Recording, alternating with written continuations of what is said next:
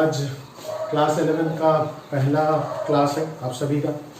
तो ये स्टार्ट हो रहा है आज 19 अप्रैल में ये रिकॉर्ड कर रहा हूँ। तो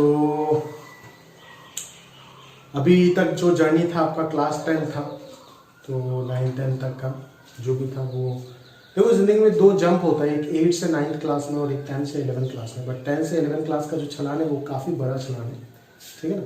और अगर आप सपना रखते हो बहुत कुछ करने का ज़िंदगी में, देखो फ्रैंकली अगर बात करूँ तो क्लास 11th और 12th में जैसे 10th में बोर्ड एग्जाम दिए थे, क्लास 11th और 12th में बोर्ड एग्जाम भी होगा। बट वो आपका करियर तो डिसाइड करने नहीं वाला है, उसका मार्कशीट सिर्फ एक रिक्वायरमेंट है जो चाहिए, वो अगर नहीं होता है तो नहीं होगा। बट अगर वो मिलेगा तो कुछ भी नहीं होगा आपकी ज़िंदगी में, ठीक है ना। 12th के बोर्ड एग्जाम में 95% ला के भी आप वही जगह पे रहोगे जहाँ पे आप 70% ला के भी रहते हैं। समझ में आ रहा है ना। तो आप सभी को अंदाजा होगा कि अगर 11th और 12th में आपको वाकई कुछ करना है तो कॉम्पिटिटिव एग्जाम्स के लिए फाइट मारना है। तो मैं एक मैथ्स टीचर हूँ, as a maths teacher medical line में तो मेरा कोई इंट्रोडक्शन है ही नहीं, देने का जरूरत ही नहीं है। तो जो भी एग्जाम है मैथ्स के रिलेटेड वो आपको पता है कि क्या क्या एग्जाम होता है हमारे देश में, कॉम्पिटिटिव एग्जाम्स। सबसे पहला एग्जाम जो होता है वो होता है जेईई मेन एंड एडवांस, जो IIT JEE का नाम का एग्जाम है। एक फेमस एग्जाम है पूरा देश में, वर्ल्ड वाइड में सबसे टफेस्ट एग्जाम माना जाता है। जिस रेशियो में सिलेक्शन होता है, मैं बार बार बोल रहा हूँ, 15 लाख एग्जाम बच्चे एग्जाम देते हैं। बट उसके कंपैरिजन में अगर सीट्स देखते हैं तो क्वालिटी सीट सिर्फ 5000 स्टूडेंट्स को ही मिलता है। तो आप रेशियो डिसाइड कर सकते हो, 1% भी नहीं होगा सिलेक्शन, पॉइंट नहीं आएगा, वो डेसिमल नहीं आएगा, ठीक है। तो काफ़ी कंपटीशन काफ़ी टफ है और उस लेवल तक अगर पहुंचना है तो बिल्कुल आप सारे बच्चे पहुंच सकते हो। अगर 10th में कहीं पे भी आप पीछे हो तो इसका मतलब ये नहीं है कि अभी आप नहीं कर सकते हो। IIT का सिलेक्शन सिर्फ और सिर्फ इस बात पे डिपेंड करता है कि 11th और 12th में आपने कितना फाइट मारे। जो बच्चा 11th और 12th में जिसका 10th तक हालत खराब हो, आप क्या सोचते हो कि 10th तक जिसका जो अच्छा पढ़ के आया है 10th तक वो बहुत अच्छा करेगा? बिल्कुल नहीं, थोड़ा बहुत एडवांटेज मिलेगा। बट जो 10th तक अच्छा नहीं किया है उसको बहुत एडवांटेज, आगे उसके लिए बहुत मौका है। IIT का रिजल्ट डायरेक्टली प्रोपोर्शनल है किस चीज के साथ? 11वीं और 12वीं में आप कितना मेहनत करते हो उस चीज के साथ, ठीक है ना। दूसरी इंपॉर्टेंट पॉइंट है, अगर आप 10th तक बहुत अच्छा चीज करके भी आए तो भी आप खुशी मत रहो इतना, क्योंकि जो भी चीज आप करके आए वो आप नंबर लाने के लिए पढ़े हो, वो आपको भी पता है अंदर का बात, और हमको भी पता है आपसे भी ज्यादा, ठीक है। वो सारी चीज जो भी चीज आप गलत तरीके से पढ़ के आए हो या फिर जो भी आप नंबर लाने के लिए पढ़ना ही होता है गलत तरीके से पढ़ना, समझ में आ रहा है ना। और वो क्या गलती आप पढ़े हो इतना दिन, आप वीडियो को पूरा देखो तो आपको पता चलेगा कि क्या गलत आप इतना दिन सीखे हो। वो चीज अभी इस वीडियो के थ्रू ही आप क्लियर कर सकते हो। दूसरा, इस पूरे बराबरी में आपको कोई नहीं पढ़ाएगा ये चैप्टर, ये बेसिक मैथ्स, ठीक है। ये बेसिक मैथ्स पढ़ोगे तभी जाकर के वो सारी चीजें, वो सारे कंसेप्ट आपका क्लियर होगा जो शायद आप अनजाने में गलती से आपका टीचर आपको गलत पढ़ा दिया था, ठीक है, या फिर अभी तक आपको जरूरत नहीं था, इसीलिए आप उस चीज को मान करके चल जाते थे जो कि आप गलत एग्जाम्पशन लेके चलते थे, ठीक है। तो उस चीज को रेक्टिफाई कराना हमारा सबसे पहला कर्तव्य है, सबसे पहला रिस्पॉन्सिबिलिटी है IIT का एग्जाम का पॉइंट ऑफ व्यू से। क्योंकि वो जो जंप है उस जंप को पार करने के लिए अपने को सबसे पहले ब्रिज बनाना पड़ेगा, और ब्रिज बनाएगा ये चैप्टर बेसिक मैथ्स, ठीक है। तो ये हमारा पहला चैप्टर होगा। और थोड़ा बहुत इंट्रोडक्शन दे देते हैं, ज्यादा नहीं बोलूंगा।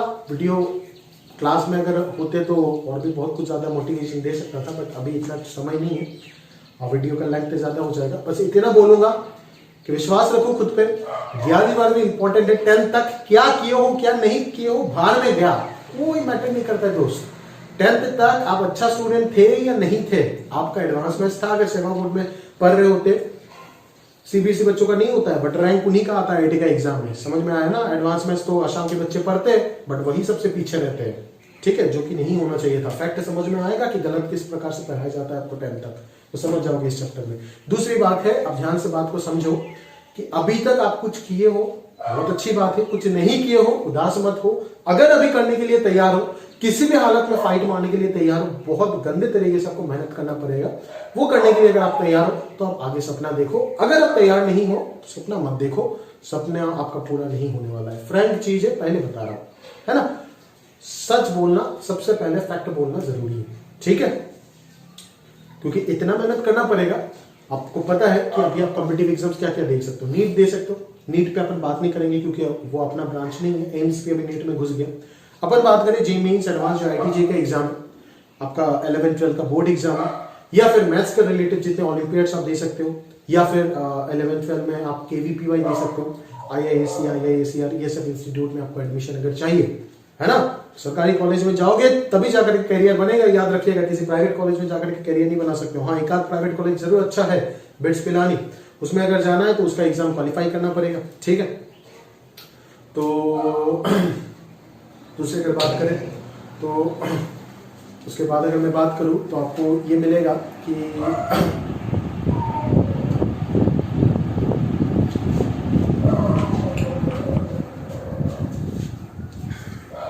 इसके बाद अगर मैं बात करूं तो आपको ये समझ आएगा कि सर सिलेबस जो है वो किस प्रकार से चलेगा। अपन बता देते फटाफट आपको, अभी आप देख लोगे एक बार, बीच में कुछ इंसिडेंट हो गया था, अभी आप ध्यान से एक आध बार, मतलब मेरा कहने का मतलब वही है कि आप ईमानदारी से अगर मेहनत करोगे हमारे साथ मिल करके तो किसी प्रकार का आपका कोई दिक्कत नहीं होने वाला है।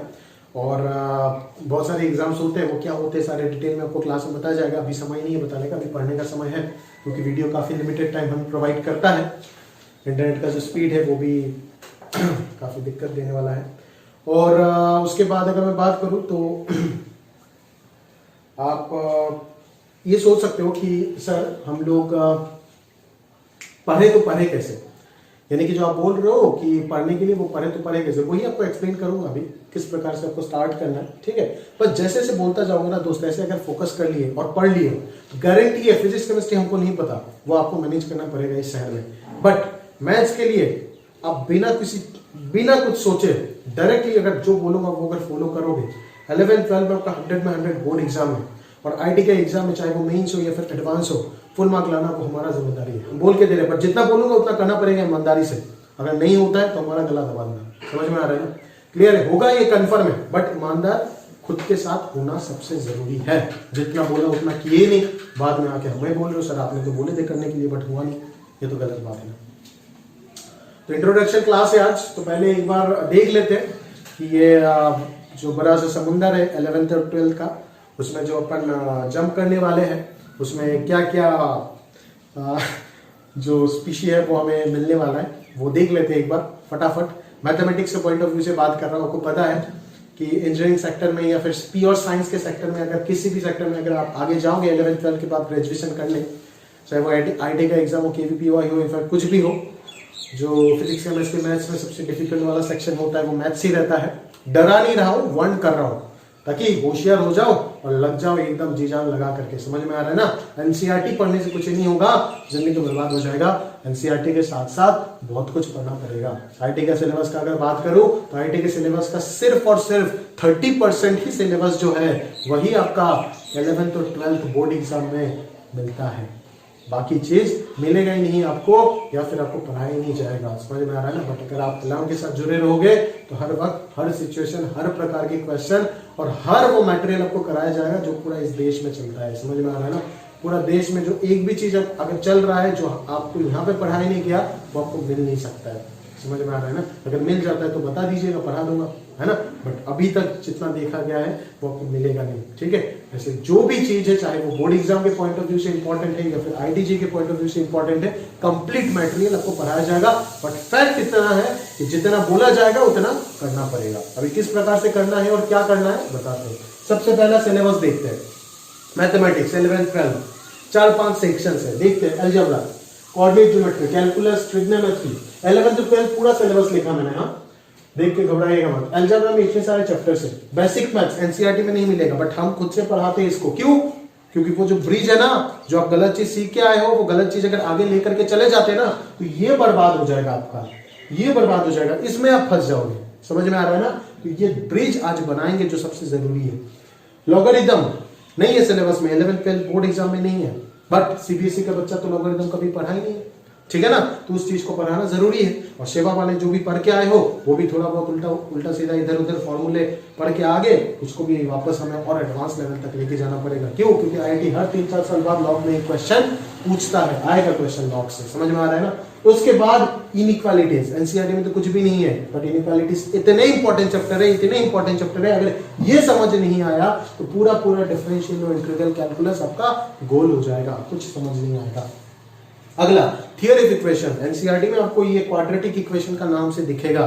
या फिर जो भी आप बोर्ड एग्जाम का बुक फॉलो कर रहे होंगे, बट हमें यहाँ पे क्वाड्रेटिक के साथ साथ cubic, biquadratic, higher degree equations भी इंक्लूड कर देते हैं, जो कि आईआईटी एडवांस का सिलेबस में इंक्लूडेड होता है। ठीक है, फिर सीक्वेंस एंड सीरीज जो एपीजीपी एचपी नाम का चैप्टर होता है ना, वही है। फिर complex numbers, PNC, binomial, probability, matrices, determinants. ठीक है, यहां से बच्चे यहां तक लेकर के 11th में है, और ये वाला पार्ट ये हाफ 11th में, ये मेजर सेक्शन प्रोबेबिलिटी का 12th में ही होता है, और मैट्रिसेस डिटरमिनेंट्स 12th में है, बट अलजेब्रा का मेजर पोर्शन जो है वो 11th में ही आपको पढ़ना है। फिर आता है कोऑर्डिनेट ज्योमेट्री, उसका बेसिक कोऑर्डिनेट ज्योमेट्री हो गया, स्ट्रेट लाइन हो गया। फिर कॉनिक सेक्शन में बहुत सारे चैप्टर्स होते हैं, सर्कल्स, पैराबोला, हाइपरबोला, एलिप्स, है ना। ये लगभग मान लो 2 महीने का टॉपिक है अगर हम आपको पढ़ाए। और वेक्टर्स ऑफ 3D जो है ये 12th का टॉपिक है, ये 12th में पढ़ोगे। 12th वाले अभी फोकस नहीं कर रहा हूं मैं, 11th का चीज मैं आपको बता रहा हूं। ठीक है, कैलकुलस पूरा 12th का है, बट फंक्शन का थोड़ा सा इंट्रोडक्शन, 40% फंक्शन चैप्टर आपको अभी क्लास 11th में सीखने को मिलेगा। ट्रिग्नोमेट्री ये पूरा क्लास 11th में आपको पढ़ाया जाएगा, पूरा क्लास 11th का है। जेई मेंस मतलब क्या, जेएम लिखा गया है। जेई मेंस का मतलब है कि वो चैप्टर्स जो सिर्फ और सिर्फ जेई मेंस में है, बट एडवांस में नहीं होता है, आईटी का सिलेबस में नहीं होता है। वो चैप्टर्स है सेट, रिलेशन, इंडक्शन, रीजनिंग और स्टैटिस्टिक्स। ये सारे के सारे 11th का बोर्ड एग्जाम के सिलेबस में है, ये 11th का टॉपिक है। और ये जो प्योर बोर्ड्स में है, ये क्लास 12 के हैं। ये 2 चैप्टर है जो जेई मेंस में भी नहीं है, एडवांस में भी नहीं है, बट बोर्ड एग्जाम के सिलेबस में होता है। समझ में आ रहा है? तो अभी अगर मैं आपको क्लियर कट बात करूं, तो अभी हमें जो सिलेबस पढ़ना पड़ेगा वो 11th इस साल, मतलब इस अप्रैल, आज 19 तारीख है ना, अप्रैल 19 2020 से लेकर के मार्च 2021 तक हम जो भी कवर करेंगे वो 11th का पार्ट होगा। और अप्रैल 2021 से मई, मतलब सिलेबस तो खत्म हो जाएगा नवंबर 2021 में ही खत्म हो जाएगा, बट उसको कंटिन्यू करेंगे जब तक आपका एग्जाम का टारगेट खत्म नहीं हो जाता है ना। एडवांस का एग्जाम जब खत्म होगा तभी जाकर के हमारा क्लासेस बंद होगा, और वो है आपका मई 2022 के लिए। तो आप सारे बच्चे कुल मिलाकर के पूरा 2 से 24 से 25 मंथ्स के लिए हमारे साथ जुड़े हैं। तो वही सारी चीज अपन देखेंगे 2 साल में कितने मेहनत करते हैं आपके साथ, और कहां से कहां तक आपको पहुंचा सकते हैं। ठीक है, प्रोवाइडेड कि फंक्शन डिफाइन होना चाहिए। इसका मतलब कि आपका इंटरेस्ट जरूर होना चाहिए, और होमवर्क करने का शक्ति भी आपके अंदर बराबर होना चाहिए, क्योंकि इतना ज्यादा होमवर्क मिलता है, इतना ज्यादा मिलता है कि बच्चे परेशान हो जाते हैं कि होमवर्क किया जाए या फिर छोड़ दिया जाए। तो जेईई मेंस में ये वो चैप्टर्स है जो सिर्फ मेंस में है, बट एडवांस में नहीं है।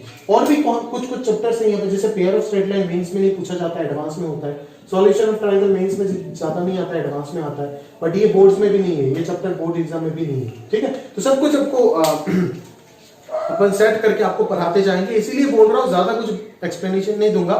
इतना विश्वास रखो कि जितना पढ़ाऊंगा पढ़ लो, हो जाएगा। ठीक है ना, हो जाएगा इन द सेंस कि board exam, JEE mains, JEE advance इस लेवल तक कंप्लीट हो जाएगा सारी चीज। ठीक है ना, ओलंपियाड्स वगैरह के लिए दूसरा चीज पढ़ना पड़ता है, उसका सिलेबस अलग है, वो अपन यहाँ पे इंक्लूड नहीं करेंगे। ठीक, तो टारगेट हमारा क्या है? टारगेट है 12th board, 11th board 2021 plus 2022 और आईटी जेईई, और उसके साथ साथ जितने भी भारत में एग्जाम होते हैं कॉम्पिटिटिव एग्जाम्स, वो हमारा टारगेट है। ठीक है, कलाम इंस्टीट्यूट में बोर्ड एग्जाम और आईटी जेईई का कंप्लीट सिलेबस ए से जेड तक कराया जाता है। ऐसा कुछ भी नहीं है कि बोर्ड एग्जाम पढ़ा दिया एनसीईआरटी और थोड़ा बहुत 2-3 एक्स्ट्रा क्लास लगा करके आईटी जेईई का कुछ चीज सिखा दिया। दोस्त, आईटी जेईई हफ्ते में 1 क्लास या 2 क्लास में नहीं होता है। अपन तो हफ्ते में 10-10 क्लास लगा कर भी कंप्लीट नहीं कर पाते। सॉरी, हफ्ते में 10-10 क्लास, क्या बोल रहा हूँ, 10-10 घंटे का क्लास, समझ में आ रहा है ना। 3 क्लास 3-4 घंटे का करा के भी कंप्लीट नहीं कर पाते, समझ में आया ना मेरे बात। ठीक है, तो ये सिलेबस काफी बड़ा है, जो भी पढ़ाया जाएगा आपको। अगर सिर्फ बोर्ड एग्जाम का बात करूं तो बुरा ना मानो तो 6 महीने में कंप्लीट कर सकता हूं। आपका एनसीईआरटी जो पतला सा बुक है ना, वो तो 6 महीना भी निपट जाएगा, वो आप भी निपटा सकते हो। ठीक है, बट अगर आईटी जेईई का सपना आप रखते हो और अगर हम पढ़ा रहे तो आईटी जेईई को आप पॉइंट ऑफ, मतलब सामने टारगेट में रखते हुए पढ़ाएंगे जरूर आईटी जेईई का एग्जाम को।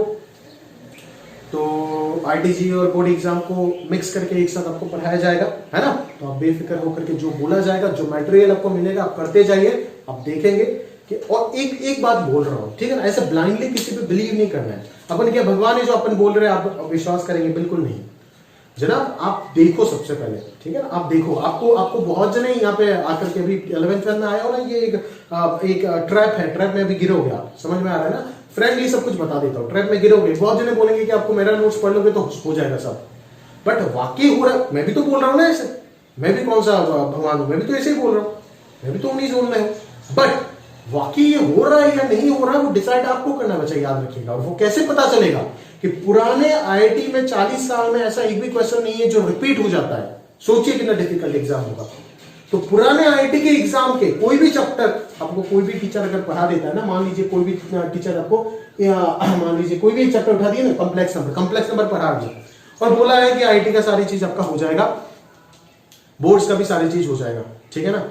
आप टीचर ने जो पढ़ाया वो पढ़ो, पढ़ने के बाद आपको टीचर ने जो मटेरियल दिया वो आप करो, करने के बाद आप पुराने आईआईटी के क्वेश्चन को उठा करके करने बैठो। अगर आपसे हो रहे हैं, जरूरी नहीं है कि 100% क्वेश्चन हो जाएगा, एटलीस्ट 30 to 40% क्वेश्चन पढ़ने के बाद हो ही जाना चाहिए। अगर आप अच्छे से, आपका टीचर आपको साथ मेहनत किया है और आप भी अच्छे से पढ़े हो, सारे मटेरियल सॉल्व किए हो, तो आंख बंद करके 40 से 50% क्वेश्चन सॉल्व हो जाना चाहिए। अगर आपसे वो सॉल्व हो रहा है तो आपका टीचर आपके साथ सही काम कर रहा है। अगर आपसे सॉल्व नहीं हो रहा है तो आपका टीचर आपको सरासर झूठ बोल रहा है। समझ में आ रहा है ना? इस प्रकार से आपको क्रॉस चेक करके पढ़ाई करना है। मैं ये नहीं बोल रहा हूं कि अपन भगवान है और अपन जो भी बोल रहे हैं वही सही है, गलत मत समझिएगा। अपन ये बोल रहे हैं कि अपन जो भी बोल रहे हैं हमारे साथ काम करके देखिए। अगर आपसे सवाल बनने लगते हैं तो ठीक है, हम सही बोल रहे हैं। अगर हमारा जो चीज आप पढ़ा रहे हैं वो चीज पढ़ने के बाद आपको सवाल नहीं बन रहे आपसे, तो गलत बात बोला ना मैंने, झूठ बोला, आपका जिंदगी बर्बाद करने के लिए मैंने झूठ बोल दिया। समझ में आया ना?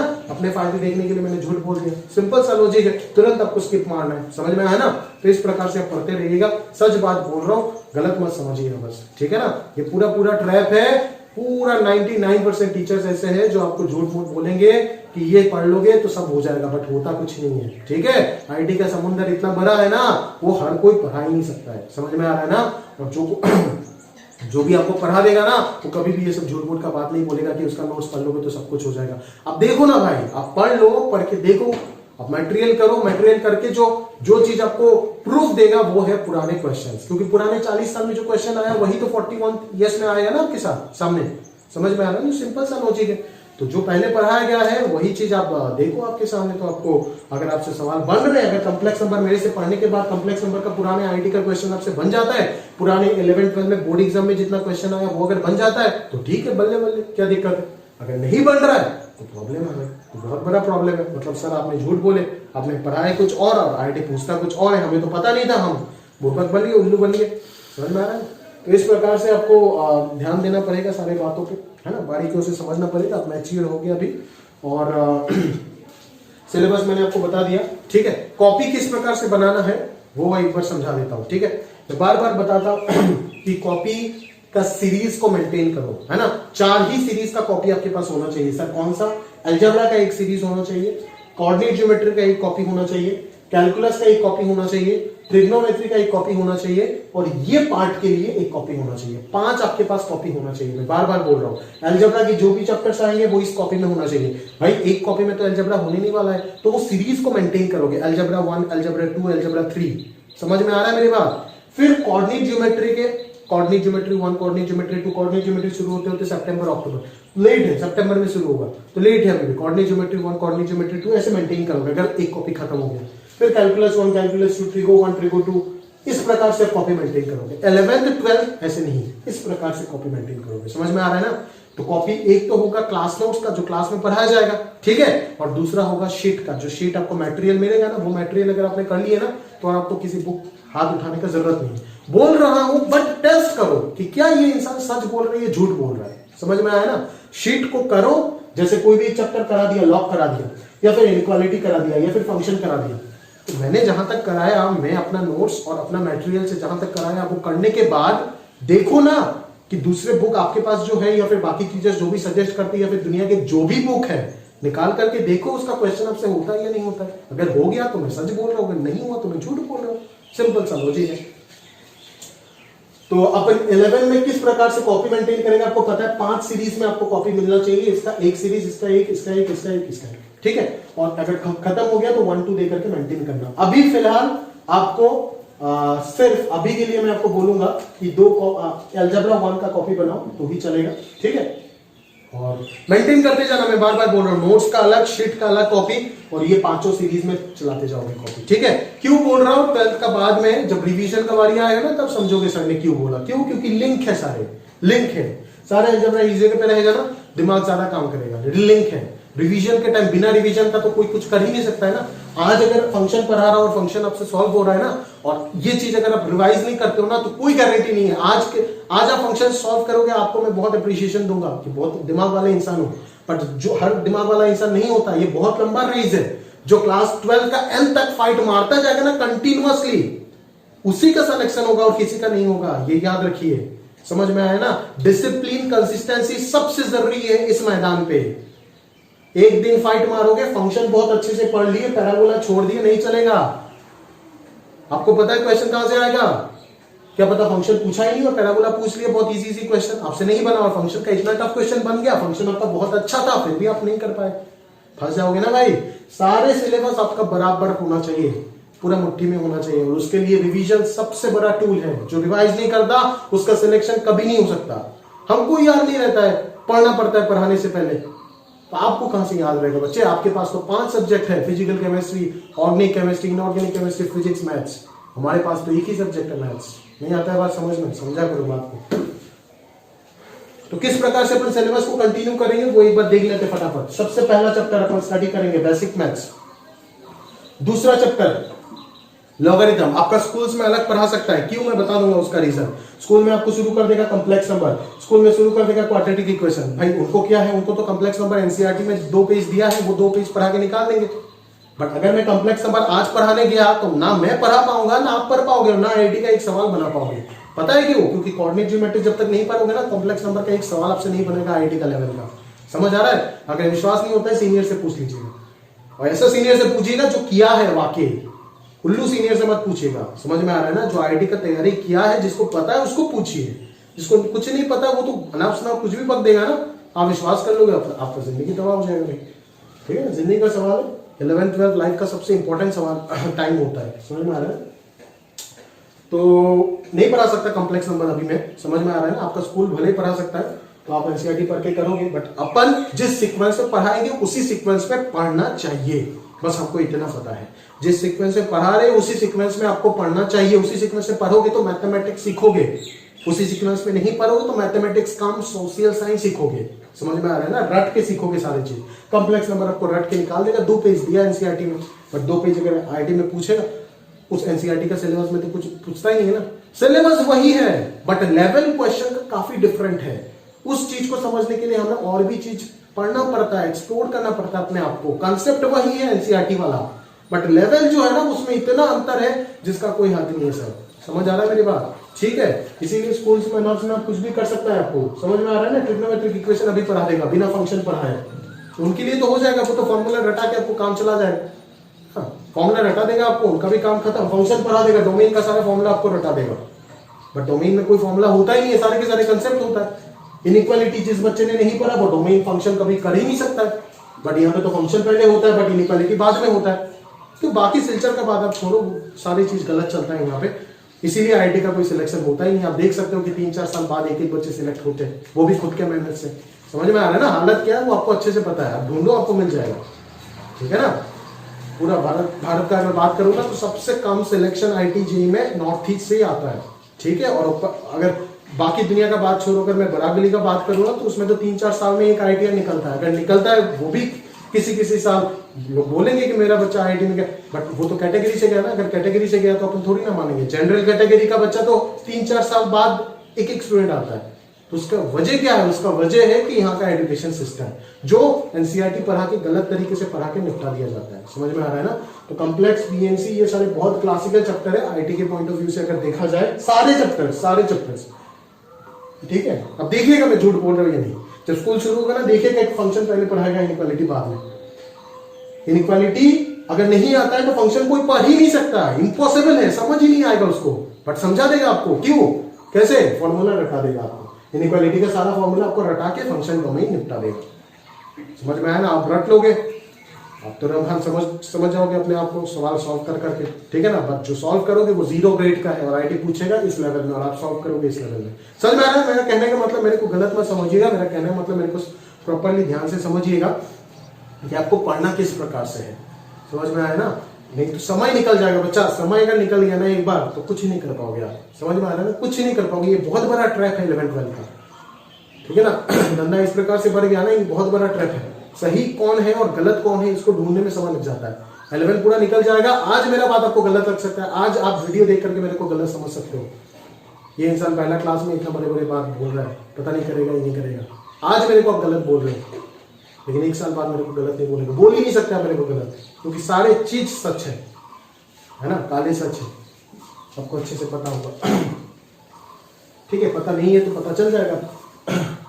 बट आपका करियर का सवाल है, वो आपको सोचना चाहिए, है ना। अगर मैं गलत हूं तो मेरा मुंह पे बोलो, मैं कुछ नहीं बोलूंगा। सो मेरे मुंह पे बोलो, मैं चाहता हूं मेरे को मुंह पे बोलो, ठीक है। अगर मैं गलत हूं, ठीक है ना, सीखूंगा, मैं सीखने के लिए हमेशा तैयार हूं। आर्गुमेंट करने के लिए तैयार नहीं हूं या फिर किसी को गलत दिखाने के लिए नहीं बोल रहा हूं। मैं सीखने के लिए हर वक्त तैयार हूं। हो सकता हूं गलत, बहुत कुछ नहीं पता है जिंदगी में मुझे, समझ में आ रहा है। ये सब फालतू बात करके फायदा नहीं। देखो सिलेबस किस प्रकार से आगे बढ़ेगा, देख लो एक बार। बेसिक मैथ्स पहला चैप्टर होगा, लॉग दूसरा चैप्टर होगा, इनइक्वालिटीज तीसरा चैप्टर होगा। उसके बाद ही अपन चले जाएंगे फंक्शन में, चौथा चैप्टर। समझ में आ रहा है ना। फिर अच्छा, लिमिट्स डेरिवेटिव 11th में है, बट ये चीज हम 12th में पढ़ाते हैं। 11th में लिमिट्स डेरिवेटिव जितना चाहिए बोर्ड एग्जाम में, उतना हम लास्ट में पढ़ा के देते हैं। बट लिमिट्स डेरिवेटिव जो ओरिजिनल चैप्टर है उसका तो 20% ही 11th में है, एनसीईआरटी में। समझ में आया ना। तो लिमिट्स डेरिवेटिव ओरिजिनल चैप्टर जो है वो अपन 12th में पढ़ाएंगे, ठीक है सर। तो ये चौथा चैप्टर फंक्शन होगा।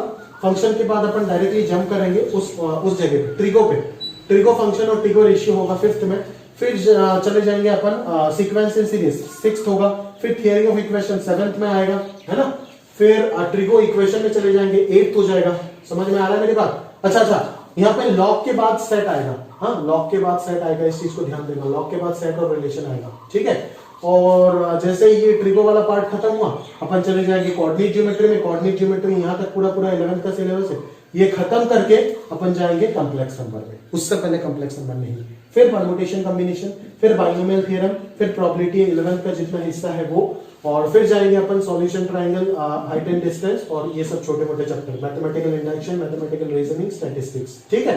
तो इस प्रकार से आपका सिलेबस आगे बढ़ेगा, जिस प्रकार से हम लोग हर साल पढ़ाते हैं। समझ में आ रहा है ना। और उसी सीक्वेंस में आपको पढ़ना चाहिए। उसी सीक्वेंस में आप पढ़ोगे तो सब्जेक्ट को सीख पाओगे, अदरवाइज सब्जेक्ट को रट के समझना पड़ेगा आपको, ठीक है ना। रट के चले जाओगे सब्जेक्ट को, आपको पता ही नहीं चलेगा। और आईटी में एग्जाम में जब बैठोगे ना, तब सारे सच्चाई आपके सामने खुल जाएगा कि क्या हुआ था आपके साथ 2 साल। समझ में आ रहा है ना। तो चलो ज्यादा बात ना करके, आज इंट्रोडक्शन क्लास है इसीलिए इतना कुछ बोल दिया, नहीं तो इतना भी नहीं बोलता। बाकी सारे बात अब भूल जाओ और अपन अपना पहला चैप्टर जो है बेसिक मैथमेटिक्स, उस चीज पे फोकस करते हैं, ठीक है। तो चलिए सभी मिल करके स्टार्ट करते हैं अपना पहला चैप्टर, क्लास 11th का basic mathematics. Class 11th text book में आपको नहीं मिलेगा, बट बेसिक मैथ्स में हम ऐसे ऐसे बातें बताते हैं आपको जो आईटी के पॉइंट ऑफ व्यू से काफी इंपॉर्टेंट है, और जो बातें आप 10th तक शायद ध्यान ही नहीं दिए या फिर गलत सीख के आए हो, ठीक है सर। तो स्टार्ट करते चलिए अपना पहला चैप्टर बेसिक मैथमेटिक्स। तो मुझे स्टार्ट करते भी क्लास 11th का जो पहला चैप्टर अपना बेसिक मैथ्स। मैं बार बार बोल रहा हूँ, ये बोर्ड एग्जाम में नहीं मिलेगा आपको, एनसीईआरटी में कोई ऐसा चैप्टर नहीं मिलेगा, जो सिलेबस है उसमें ऐसा कोई चैप्टर नहीं मिलेगा। बट ये एक चैप्टर जो अपन लोग बना देते हैं, वो जंप को ब्रिज बनाने के लिए, ठीक है ना, वो छोटे छोटे बात को समझने के लिए, जो आगे के जर्नी में हमें बहुत हेल्प करेगा। और शायद 10th तक वो चीज हम पढ़ते हुए भी मिस कर चुके हैं, है ना, ध्यान नहीं दिए या फिर गलत सीख लिए या फिर जो भी है ना। अच्छा, आपको ये भी पता है कि इंस्टीट्यूट में पढ़ाया कैसे जाता है। आपको क्लास नोट्स तो एक मेंटेन करना ही है, और एक मैंने बोला था आपको शीट का कॉपी बनाना है। तो शीट आपको मिलेगा, हर चैप्टर का एक शीट होता है स्टडी मटेरियल, जहां पे कंप्लीट चैप्टर का थियरी होता है और 4 एक्सरसाइज रहता है, ठीक है। 4 एक्सरसाइज किस प्रकार में, एक्सरसाइज 1 में उस चैप्टर के रिलेटेड, है ना, जितने भी बोर्ड एग्जाम के पॉइंट ऑफ व्यू से क्वेश्चंस है वो रहेगा एक्सरसाइज 1 में, ठीक है।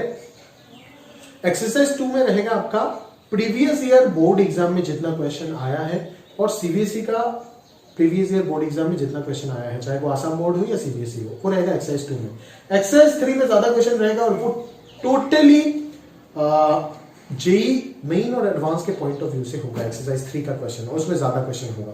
और एक्सरसाइज 4 में होगा प्रीवियस ईयर जेई मेन और जेई एडवांस में आज तक 40 साल में जितने भी क्वेश्चन आए हैं वो सारे क्वेश्चन। तो ये शीट अगर कर लोगे तो वो हमारा गारंटी है कि ये मतलब ऐसा आप कोई भी कॉम्पिटिटिव एग्जाम जो होगा जो 12 के बाद आप दोगे, शायद वो आपका बोर्ड एग्जाम हो या फिर कोई भी कॉम्पिटिटिव एग्जाम हो, आपको नहीं रोक सकता है अगर आप ईमानदारी से इतना कंप्लीट कर लिए। हर चैप्टर का ये मटेरियल अगर आप कंप्लीट कर लिए तो मैथ्स में आपको कोई दिक्कत नहीं आने वाला है, उसका गारंटी अपन लोग देते हैं। समझ में आ रहा है ना? अभी कितना है, कितना मैं सच बोल रहा हूं वो भी आप चेक कर लीजिएगा, और कितना आप ईमानदारी से काम करेंगे वो आपका रिजल्ट रिफ्लेक्ट कर देगा। ठीक है, टेस्ट होता रहेगा तो आपको पता चलेगा, हर मंथली टेस्ट होता ही है। अच्छा, अभी अपन ये एक बार बात कर लेते हैं। हाँ, एक्सरसाइज 1 और 2 अगर कर लो तो बोर्ड एग्जाम यानी कि 11-12 का बोर्ड एग्जाम के लिए मोर देन इनफ है, उसमें 100 में 100 लाने के लिए मोर देन इनफ है।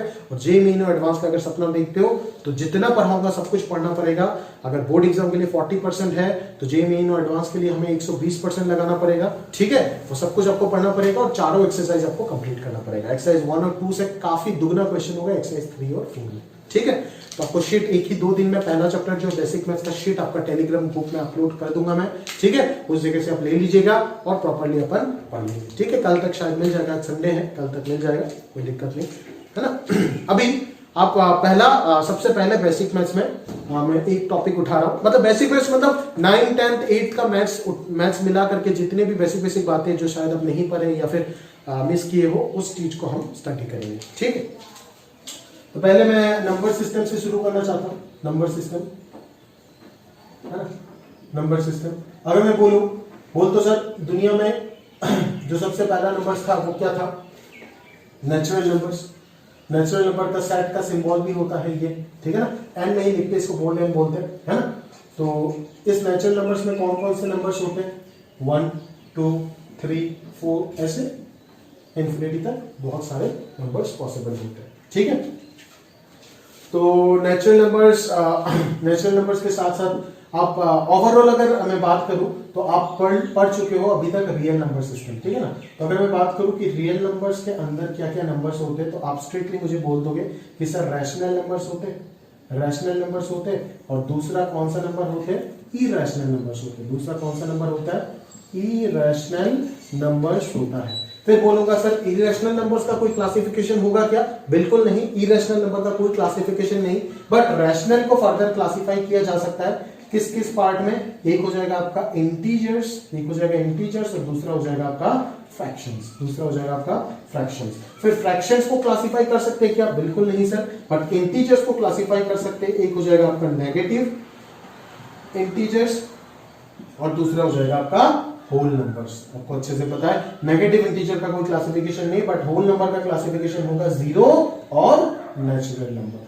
समझ में आया ना? तो इस प्रकार से नेचुरल नंबर सबसे पहले आया, जैसे ही 0 का आविष्कार भारत में हुआ तो होल नंबर का सेट आ गया। होल नंबर और होल नंबर के साथ अगर नेगेटिव का जब जरूरत हुआ हमें तो जब चीजों को घटाना शुरू हुआ तो नेगेटिव का जरूरत हुआ, नेगेटिव का जरूरत हुआ मतलब नेचुरल नंबर का नेगेटिव, वो हो गया नेगेटिव इंटीजर, तो उसके साथ होल मिल करके बना दिया इंटीजर का सेट, और इंटीजर के साथ फ्रैक्शन जब आया तो बन गया रैशनल, रैशनल के साथ इरेशनल आ गया तो बन गया रियल नंबर का पूरा सिस्टम जो अभी तक आपने पढ़ के आए हो। अगर मैं सिंबल बता देता हूं तो रियल नंबर का सिंबल आप किस प्रकार से यूज करते हो, है ना।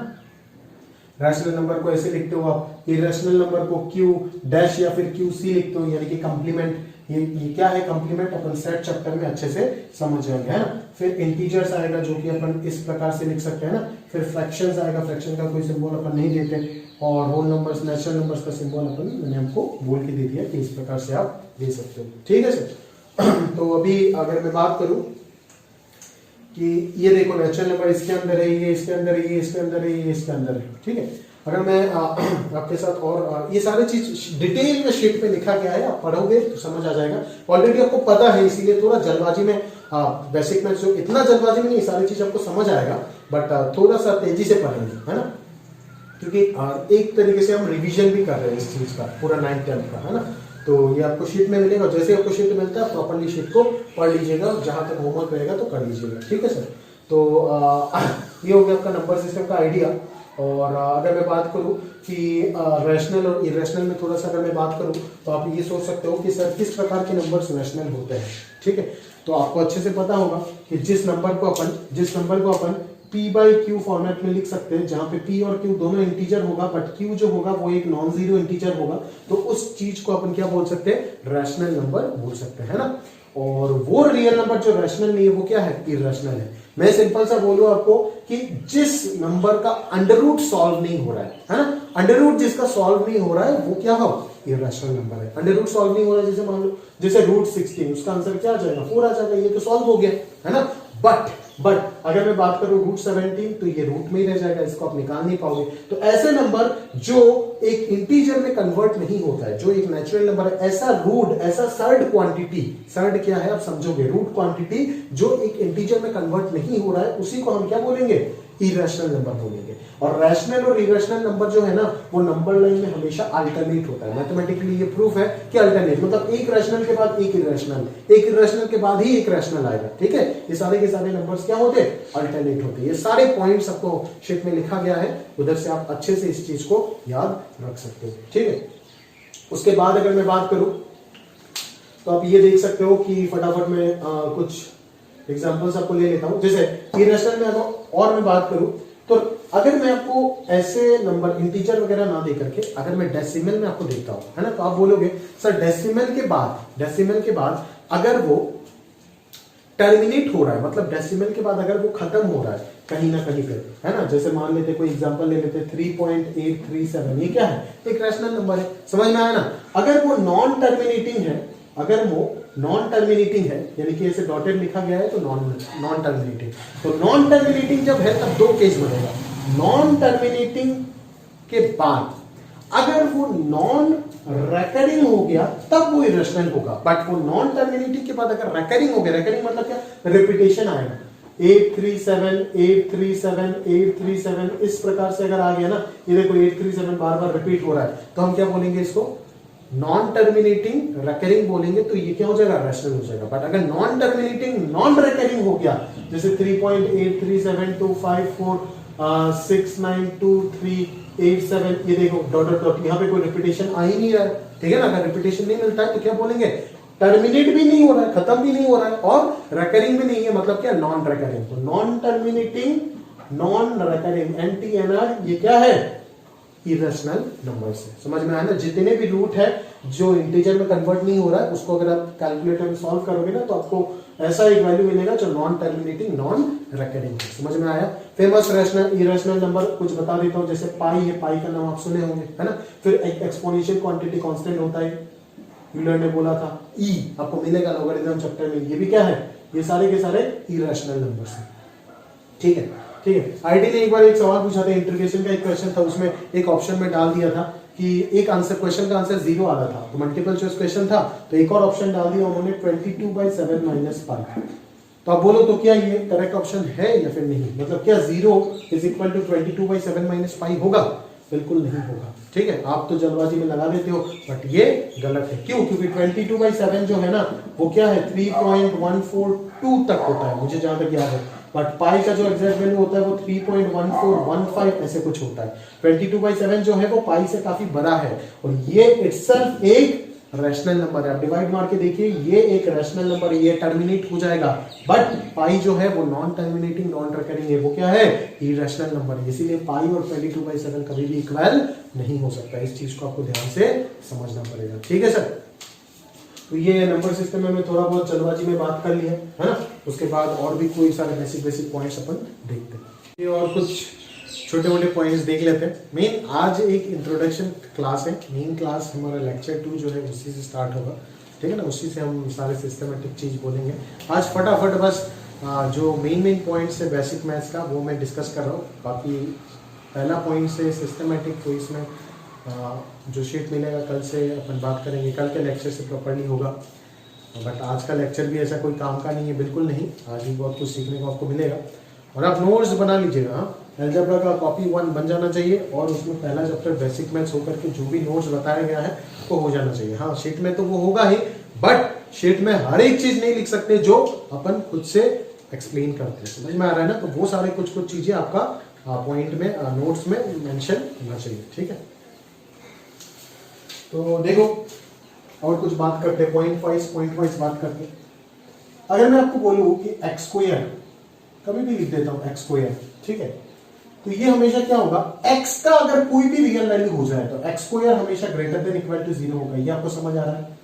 मतलब कि सर यहाँ पे अगर x टू दी पावर 4 होता है तो वो भी तो ग्रेटर देन इक्वल टू 0 होगा, x टू दी पावर 6 होता है वो भी तो, क्योंकि 2 टू दी पावर 6 पॉजिटिव होगा और माइनस 2 टू दी पावर 6 भी पॉजिटिव होगा। मतलब कि ये सारे के सारे क्वांटिटी हमेशा क्या होगा, x to the power even जो होगा वो हमेशा क्या हो जाएगा, greater than equal to 0 for all x belongs to क्या, रियल नंबर। इसको बोलते हैं फॉर ऑल सिंबल, सेट में समझोगे ना, इसको बोलते हैं बिलोंग्स टू सिंबल, ठीक है।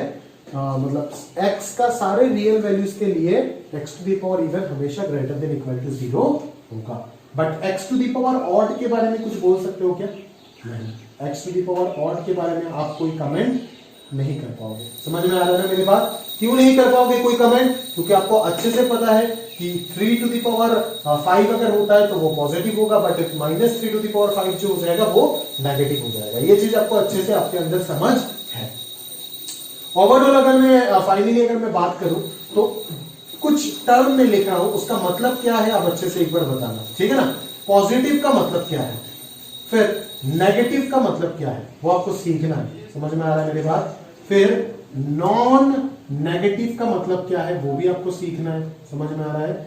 और नॉन पॉजिटिव का मतलब क्या है वो भी आपको सीखना है। देखो अगर मैं पॉजिटिव बोलता हूं मतलब सिर्फ ग्रेटर देन 0, ठीक है। बट अगर मैं नॉन नेगेटिव बोलता हूं मतलब नेगेटिव नहीं हो सकता, तो नेगेटिव नहीं हो सकता तो दो ऑप्शन बचता है, या तो पॉजिटिव होगा या तो 0 होगा, मतलब x greater than equal to 0। अगर नेगेटिव बोलता हूं तो x लेस देन 0, अगर नॉन पॉजिटिव बोलता हूं तो x लेस देन और इक्वल टू 0, मतलब नॉन पॉजिटिव मतलब पॉजिटिव नहीं हो सकता तो नेगेटिव भी हो सकता है, 0 भी हो सकता है। तो इस चीज को x to the power even is always a non negative quantity. We cannot comment about x to the power odd for all x belongs to real। तो ये कंसेप्ट आपका क्लियर होना चाहिए, ये बहुत जगह पे काम आएगा फंक्शन में, पूरा कैलकुलस में, ठीक है। तो ये छोटे छोटे बात है जो उधर आपको अभी अगर बेसिक मैथ्स में सीख लोगे, बेसिक मैथ्स बहुत काम का चैप्टर है सर, अभी अगर सीख लोगे तो उधर आपको समझने में चीजें काफी आसान हो जाएगा। समझ में आ रहा है ना? क्लियर है? तो दूसरा पॉइंट में अगर मैं बात करूं, इसके बाद पॉज करके अब लिख लीजिएगा और प्रॉपर्ली होमवर्क करते जाइएगा। आज का क्लास का तो खैर कोई होमवर्क होगा नहीं, कल का क्लास से पक्का अपन होमवर्क देते जाएंगे। समझ आ रहा है ना? शीट से होमवर्क मिलेगा आपको। तो दूसरा पॉइंट, ठीक है, दूसरा पॉइंट और सबसे इंपॉर्टेंट पॉइंट सीख ले, ठीक है, स्क्वायर रूट। स्क्वायर रूट का फंडा समझ में आ रहा है क्या मेरी बात? बोल, रूट 4 का वैल्यू कितना है? ठीक है, तरह तरह का आंसर्स आता। अगर मैं क्लास में आपको पूछता, ऑफलाइन क्लास में, कोई 2 बोलता, कोई +-2 बोलता, ठीक है, ये दो आंसर्स मेरे पास आता, ठीक है। 99% जनता ये आंसर देता है और जो भी बच्चे ये आंसर देता है वो बिना समझे देता है। मतलब अगर मैं उसको इस प्रकार से फंसा दूं कि देख √2 स्क्वायर रूट कैंसिल होकर 2 आएगा और √-2 होल स्क्वायर रूट कैंसिल होकर -2 आएगा, तब ये जनता भी इधर ही आ जाएंगे। समझ में आ रहा है? बट जो सच है वो ये है कि √4 इज इक्वल टू 2, कोई +-2 नहीं होता है। ये आप गलत सीखे हो, पहले मैं बता रहा हूं।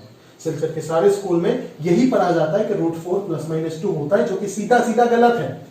कैलकुलेटर में दबाओगे √4 तो कभी +-2 दिखाता है? नहीं, 2 दिखाता है, बिकॉज √4 इज 2। अभी क्यों समझते हैं? देखो x² इज इक्वल टू 4 है ना, और x इज इक्वल टू √4, उसमें रात दिन का अंतर है। बात को ध्यान से गौर से समझो।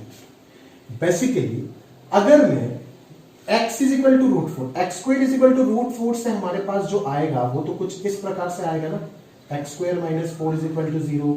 तो इसको मैं x² माइनस, मान लो इसको थोड़ा घुमा फिरा के √4 होल स्क्वायर लिख रहा हूं, तो यहां से हमारे पास a+ × a - b फैक्टराइज होकर x का वैल्यू +-√4 आएगा। इसका मतलब plus minus root four, but root four is 2 तो आंसर आएगा प्लस माइनस 2, बट रूट 4 अकेला क्या आंसर देता है? 2 आंसर देता है जनाब। क्यों? बिकॉज रूट 4 को आप रूट 2 स्क्वायर लिख सकते हो और रूट 4 को रूट माइनस 2 स्क्वायर भी लिख सकते हो, ये दोनों चीज सही है।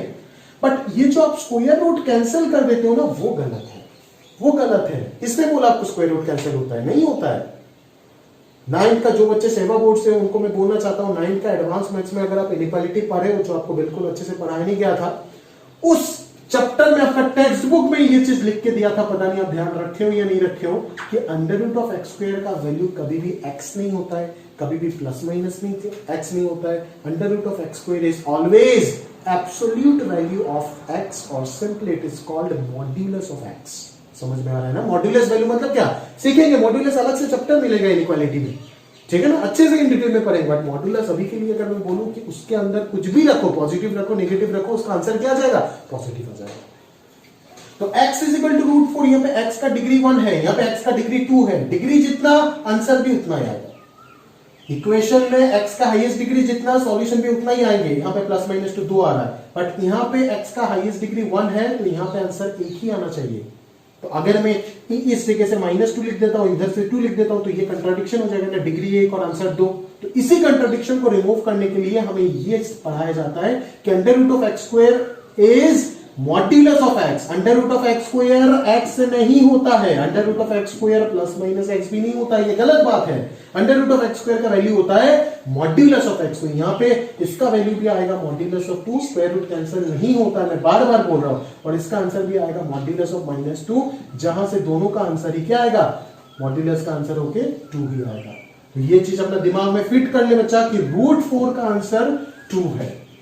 Root 4 is equal to 2, x is equal to root 4 and x square is equal to root 4 is different thing, दोनों डिफरेंट है। X square is equal to 4 से देखो, x is equal to plus root 4 एक case मिल रहा है और minus root 4 एक case मिल रहा है। जो प्लस रूट 4 वाला केस है ना, वही आप यहां पे पढ़ रहे हो, बट माइनस रूट 4 को आप ओमिट कर रहे हो, नहीं आ रहा है। This is the positive square root of 4 and this is the negative square root of 4। तो दोनों मिला करके स्क्वायर रूट क्या होता है? स्क्वायर रूट होता है कि वो चीज, 4 का स्क्वायर रूट मतलब x square is equal to 4 का सॉल्यूशन। अगर कोई आपको पूछे कि स्क्वायर रूट्स ऑफ 4 आर, तो आप प्लस माइनस 2 ही बोलोगे, बिल्कुल सही है। Square roots of 4 are plus minus 2 because one is the positive square root and other is the negative square root of 4। But root 4 itself is 2 because it is only the positive square root of 4. We are dealing with the positive square root of 4. Root 4 is 2. Root 4 minus 2 नहीं होगा।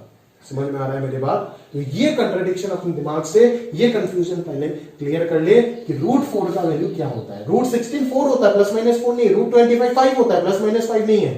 समझ में आ रहा है ना क्या है लॉजिक? उसके पीछे मैंने बता दिया। स्क्वायर रूट ऑफ 25 अगर कोई पूछता है तो प्लस माइनस 5 लिखो, सही है, because square root of any quantity is the solution of x square is equal to that. समझ में आया? उस जगह से 2 आंसर आएगा। बट ये स्क्वायर रूट के पीछे 2 चीज छुपा हुआ है, एक पॉजिटिव स्क्वायर रूट और दूसरा negative square root. It is the positive square root और माइनस लेकर के करोगे तो ये नेगेटिव स्क्वायर रूट आएगा। तो पॉजिटिव स्क्वायर रूट क्या है? पॉजिटिव आएगा आंसर। समझ में आया ना? तो अंडर रूट क्वांटिटी हमेशा क्या होगा? पॉजिटिव होगा। इस जगह से हमें ये चीज सीखने को मिल गया कि स्क्वायर रूट क्वांटिटी हमेशा क्या आएगा?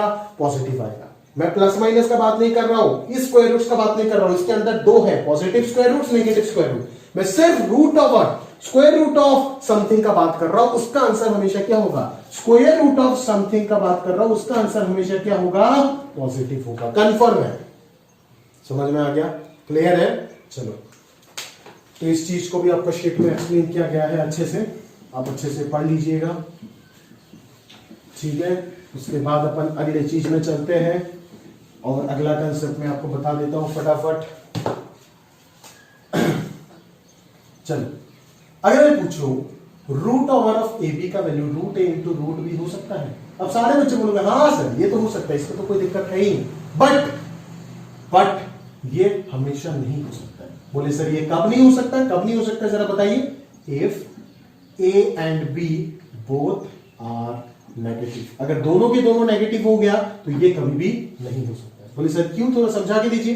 देखो 1 1 को अपन क्या लिख सकते हैं, रूट ओवर ऑफ 1 लिख सकते हैं ना, बिल्कुल। और इस रूट ओवर ऑफ 1 को मैं यहाँ पे -1 इंटू -1 भी लिख सकता हूँ, बिकॉज -1 इंटू -1 1 के इक्वल ही होता है। और अगर ये फॉर्मूला वैलिड होता तो मैं इसको इस प्रकार से ब्रेक कर सकता हूं, ठीक है ना। तो इसका वैल्यू हो जाएगा आयोटा, इसका वैल्यू भी हो जाएगा आयोटा, ठीक है। Root over of -1 iota.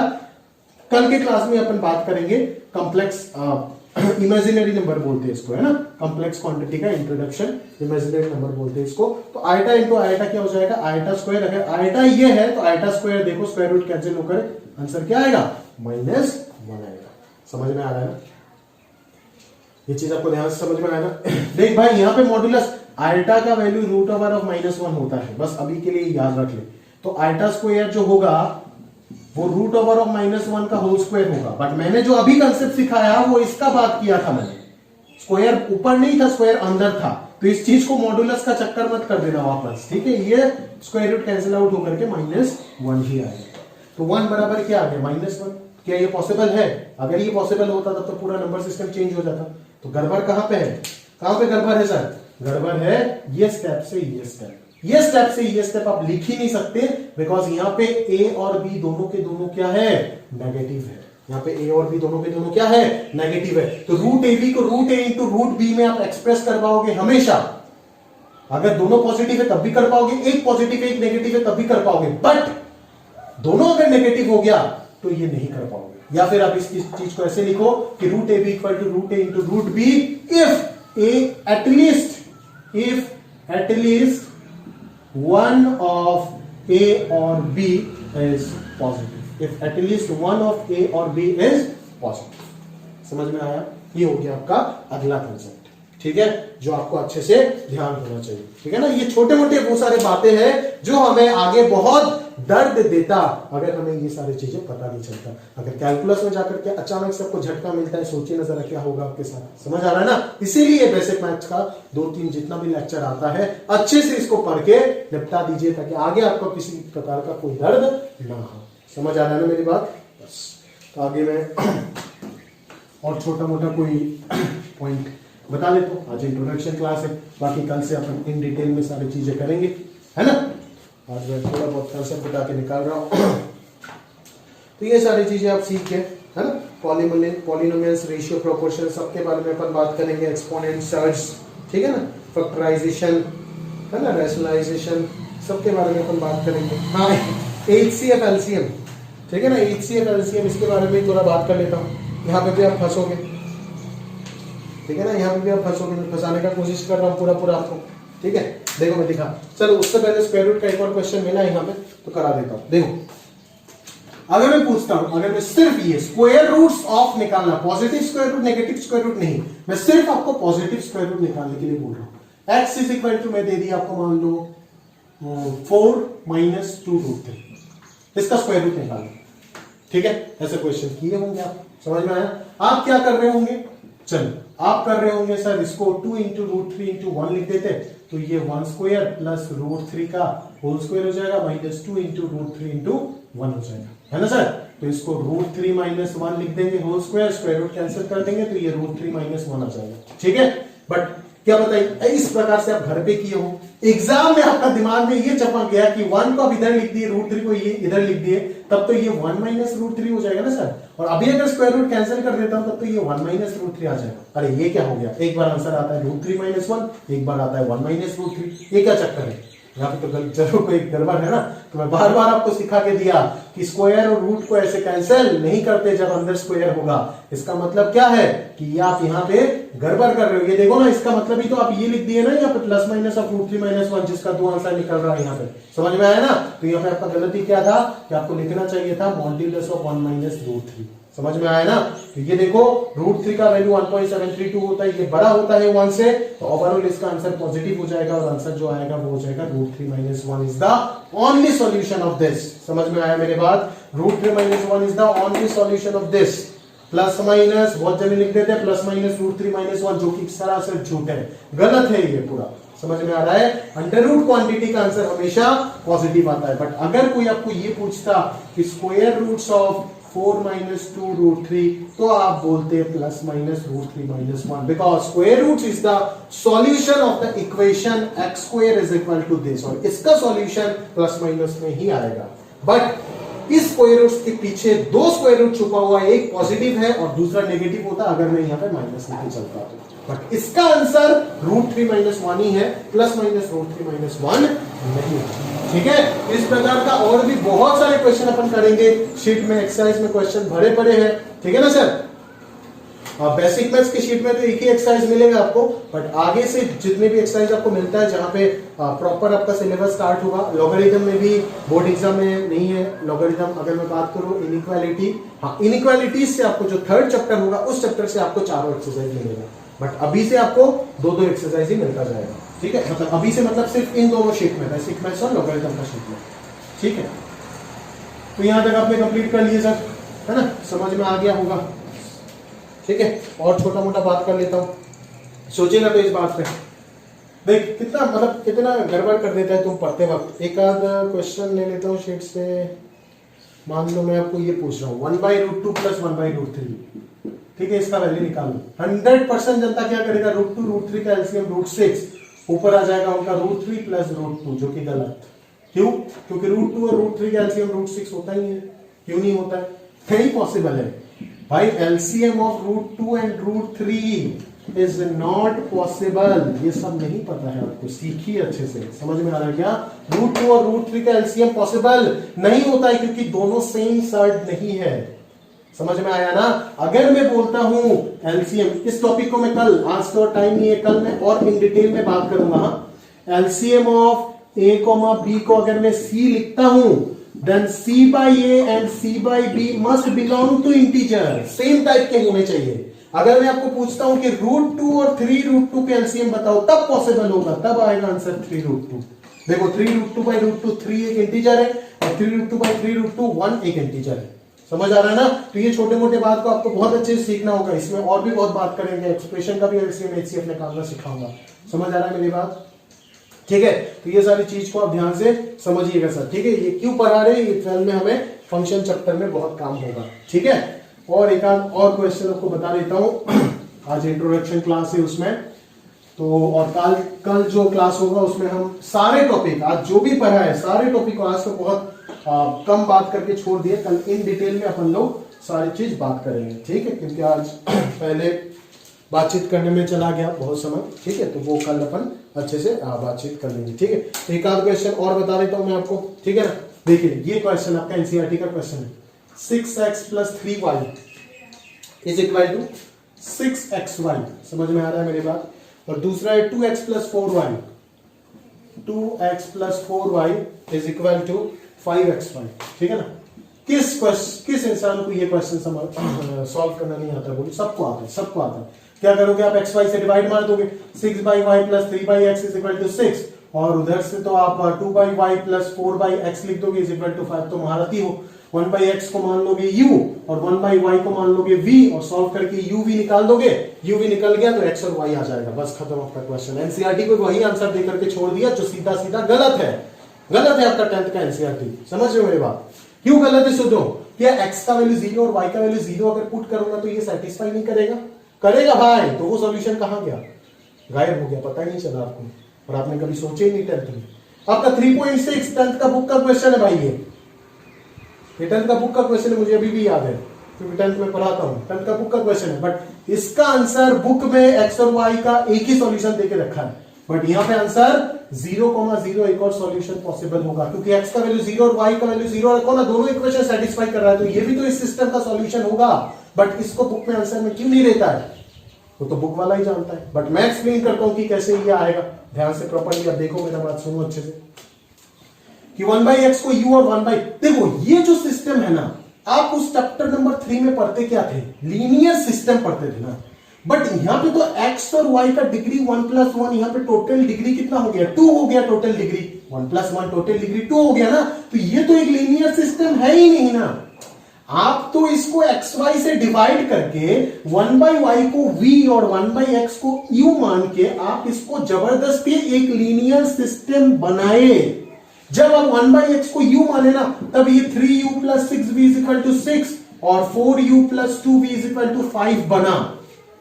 आपने इस चीज को एक लीनियर सिस्टम में कन्वर्ट किए, जो कि ओरिजिनली एक लीनियर सिस्टम था ही नहीं।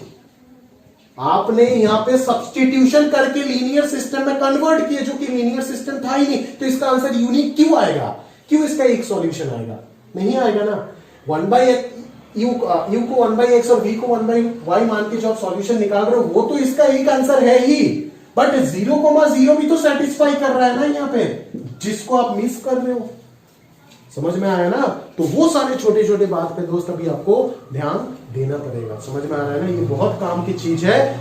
ये सारी चीजों पे अगर फोकस करना सीख जाओगे धीरे धीरे मेरे साथ, तब जाकर के आपका आईआईटी का रास्ता तैयार होगा। नहीं तो आप उसी जोन पे फंसे रहेंगे, चाहे आपका 10th का एग्जाम में 100 में 100 भी आ जाए, बोर्ड एग्जाम में कोई फर्क नहीं पड़ता है। समझ में आ रहा है ना? इसका कोई गारंटी नहीं है कि आप आईआईटी निकाल दोगे। आप आईआईटी में धराशायी हो जाओगे पूरे तरीके से, उसका पूरा चांस है, अगर आप अभी नहीं सुधराओगे अपना पढ़ने का तरीका। समझ में आ रहा है ना? तो पढ़ने का जो तरीका है उसको उसमें सुधार लाइए जल्दी से जल्दी।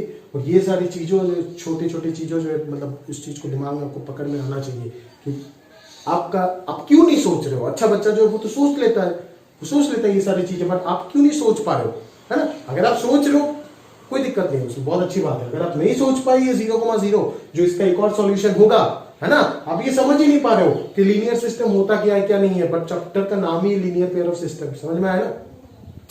तो इसको हम जबरदस्ती एक लीनियर सिस्टम बना करके सॉल्यूशन निकालते हैं, जो ओरिजिनली एक 2 डिग्री सिस्टम है। तो इसका और भी सॉल्यूशन एग्जिस्ट कर सकता है, जो हमने हिट एंड ट्रायल से सोच के निकाले 0,0, बाकी और कुछ नहीं हो सकता। ठीक है? तो ये सारे बातें जो है मैं आपको थोड़ा बहुत समझाने का कोशिश किया कि किस प्रकार से डिफरेंसेस है ना? ओरिजिनल जो बोर्ड एग्जाम का मैथमेटिक्स है और आईआईटी का मैथमेटिक्स का लेवल में कहां पे डिफरेंसेस आएगा ना, वो मैं आपको थोड़ा आधा 20-25 मिनट के अंदर समझाने का कोशिश किया। बट आज का क्लास कोई पढ़ाने वाला क्लास नहीं है। आज का क्लास एक इंट्रोडक्शन डिस्कशन वाला क्लास था। अपन सारी चीज बात करेंगे वापस, ये सारे टॉपिक्स आपके साथ बात किया जाएगा कल से, जो हमारा लेक्चर स्टार्ट होगा उसमें। ठीक है? बेसिक मैथ्स का सारे लेक्चर होगा और शीट आपको टेलीग्राम ग्रुप में मिल जाएगा प्रॉपर्ली। आज आपको जितना सारे बात किया मैंने आपके साथ, वो सारी चीज आप एक बार अपना कॉपी में नोट कर लीजिएगा और प्रॉपर्ली आप और भी सारी चीजें, आपके पास बुक्स है, और भी सारी चीजें आप निकालने का कोशिश कीजिएगा। क्या पता सर ने क्या बोला है, जल्दबाजी में मैंने बहुत सारी चीज बोला है ना? बहुत सारे पॉइंट कम समय में बोलने का कोशिश किया, उसको डिटेल में एक्सप्लेन करके दूंगा कल। ठीक है? और बहुत सारे तरीके के क्वेश्चन भी करेंगे कल। ठीक है ना सर? बट अभी के लिए इतना ही आज के लिए मैं रख रहा हूं। और इस चीज को पढ़ने के बाद आप खुद से, आज तो कोई होमवर्क नहीं है, कल से आपको होमवर्क मिलेगा, आप खुद से सोचने का कोशिश कीजिए और भी जितना सारी चीज सोच सकते हो सोचिए। ठीक है? और अगर किसी प्रकार का कोई भी डाउट होता है तो मेरा ये नंबर है 8638772539, इसमें आप कॉल कर दीजिएगा। शाम को 6 बजे से 8 बजे तक मेरा डाउट टाइमिंग है हर दिन, जब तक लॉकडाउन पीरियड कंटिन्यू रहेगा। ठीक है ना सर? तो इस नंबर पे कॉल कर दीजिएगा इस टाइम पे, तो मैं आपका डाउट सारे क्लियर कर दूंगा बिना घबराए, बिना किसी प्रॉब्लम का। आप फोन कर दीजिएगा, मैं आपको बता दूंगा। और शीट का क्वेश्चन में अगर ज्यादा डाउट है तो वो पहले आप टेलीग्राम ग्रुप में पोस्ट कीजिए, मैं उसका सॉल्यूशन आपको उधर दूंगा। और उसके बाद भी अगर आपको समझ नहीं आता है तो मैं आप मेरे को कॉल करोगे तो मैं आपको वापस समझा दूंगा। ठीक है? तो इस प्रकार से अपन पढ़ते जाएंगे और कल से बहुत बेहतर तरीके से और बहुत सारी चीजें नए तरीके से अपन सीखेंगे। अपन एलसीएम एचसीएफ पे बात करेंगे, अपन रेशियो प्रोपोर्शन के अच्छे अच्छे क्वेश्चन देखेंगे, सारे थियरी देखेंगे, अपन पॉलिनोमियल्स में अच्छे से बात करेंगे, फिर अपन फैक्टराइजेशन में अच्छे से बात करेंगे। ठीक है ना? फिर नंबर सिस्टम में भी बहुत अच्छे से बात करेंगे। मैं बार बार बोल के दे रहा हूँ, नंबर सिस्टम होगा, पॉलिनोमियल्स होगा, ये सारे जो कंसेप्ट, छोटे छोटे कंसेप्ट है वो होगा, फिर रेशियो प्रोपोर्शन होगा, फैक्टराइजेशन होगा, एचसीएफ एलसीएम होगा। ठीक है ना? तो ये डिटेल में बहुत सारी चीजें हैं जो हमें बात करना है और अपना बेसिक मैथ चैप्टर जो है उसको और भी, फाउंडेशन को और भी स्ट्रॉन्ग करना है, ताकि आगे किसी भी प्रकार में कोई भी चीज हमारे सामने आए हमें हिला ना पाए। समझ में आ रहा है ना? तो एक एक चीज लॉजिक के साथ समझना है। अभी आप एकदम बेसिक स्टेज में हो, क्लास 11th में हो, अभी आपको स्किप करके बिल्कुल चीजें नहीं पढ़ना है ना? आपको बेसिक से एकदम एक एक चीज स्टेप बाय स्टेप, एक एक लेवल कंप्लीट करके आपको पढ़ते जाना है। समझ में आ रहा है ना? तो यही मेरा रिक्वेस्ट है आप सभी से। डाउट है तुरंत फोन लगाओ, सारी चीज क्लियर करके दूंगा। और खुद से एफर्ट लगाओ, सोचने का कोशिश करो। कल के क्लास में मिलते हैं और कल बाकी सारी चीज अपन बात करेंगे। ठीक है सर? तो आज के लिए इतना तक ही रहा। All the best.